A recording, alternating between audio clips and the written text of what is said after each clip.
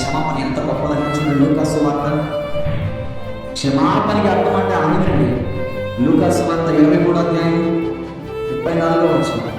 యేసు, తండ్రి మీరేం చేస్తున్నారో మీరు ఎరగరు కనుక వీరిని క్షమించు ప్రభా. ఇది ఎక్కడ పలికినమాట?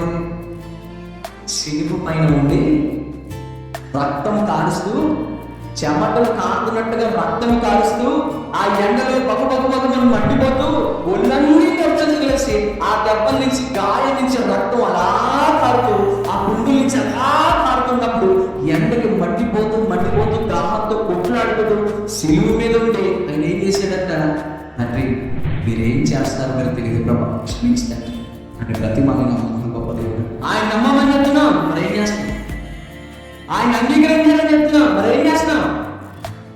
ఏం చేస్తామంటే ఆయన చెప్పిన పని చేయలేదు. కానీ సమాజంలో వచ్చి సమాజంలో ఉన్న వాళ్ళందరూ కుటుంబం పరువు వేసేస్తారు.